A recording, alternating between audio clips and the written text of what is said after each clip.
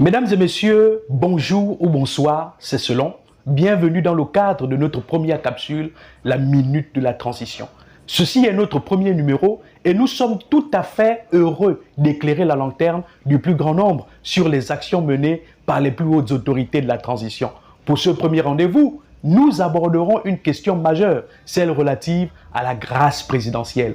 Pourquoi cette thématique ? Eh bien, parce qu'après le discours à la nation du 31 décembre 2023 dernier, le président de la transition, chef de l'État, le général de brigade Brice Clotaire Oligui Nguema, annonçait la libération de 1000 détenus sur l'ensemble du territoire national, par le truchement, bien entendu, de la grâce présidentielle. À ce jour, il faut dire que 1166 détenus ont été graciés, c'est-à-dire libérés. Sur les réseaux sociaux, nous avons assisté à une déferlante de commentaires, parfois disproportionnés ou injurieux envers la première autorité étatique.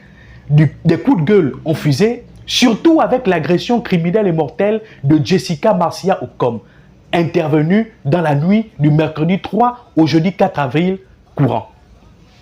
Dans cette affaire, tout le monde incrimine la grâce présidentielle. Mais qu'en est-il exactement? Qu'est-ce que la grâce présidentielle? Qui peut en bénéficier et dans quel contexte? Nous vous disons tout.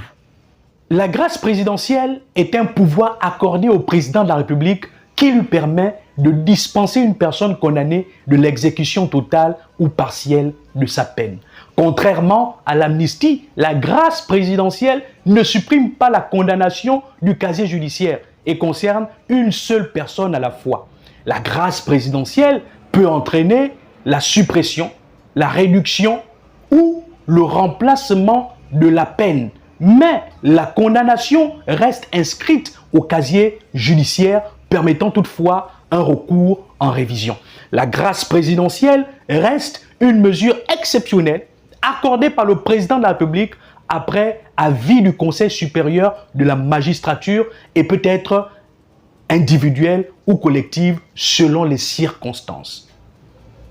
Alors, quels sont ceux qui sont exclus de la grâce présidentielle? Disons-le, il s'agit des personnes qui sont condamnées pour les infractions pénales suivantes. Par exemple, les homicides volontaires, les vols à main armée, les trafics d'enfants, les trafics des pointes d'ivoire. En dehors de ces infractions pénales, toutes les autres condamnations peuvent prétendre justement à la grâce présidentielle. Maintenant, il faut savoir que dans le cadre du programme d'insertion et de réinsertion, les détenus sont formés dans l'ensemble des prisons du pays au métier de la mécanique, de la construction de bâtiments, de la plomberie, de l'agriculture, de l'élevage, de la couture, de la vannerie et aussi à l'initiation aux nouvelles technologies de l'information et de la communication. Alors, selon la promesse du président de la transition, 1000 prisonniers devaient être libérés au cours de l'année 2024.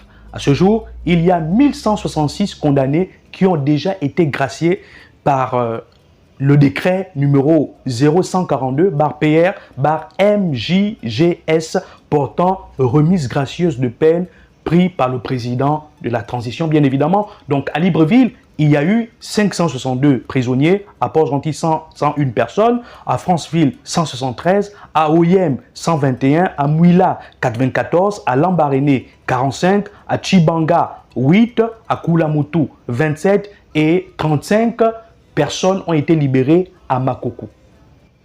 Mesdames et messieurs, nous sommes arrivés au terme de ce premier numéro. Merci de l'avoir regardé avec beaucoup d'intérêt. Alors, je n'étais pas seul. Avec moi, il y avait à la technique Frédéric Ebievuna, à la rédaction Kadette Ondo Eyi, Priska Ntsam et Lorraine Biyenge. Rendez-vous au prochain numéro. Merci.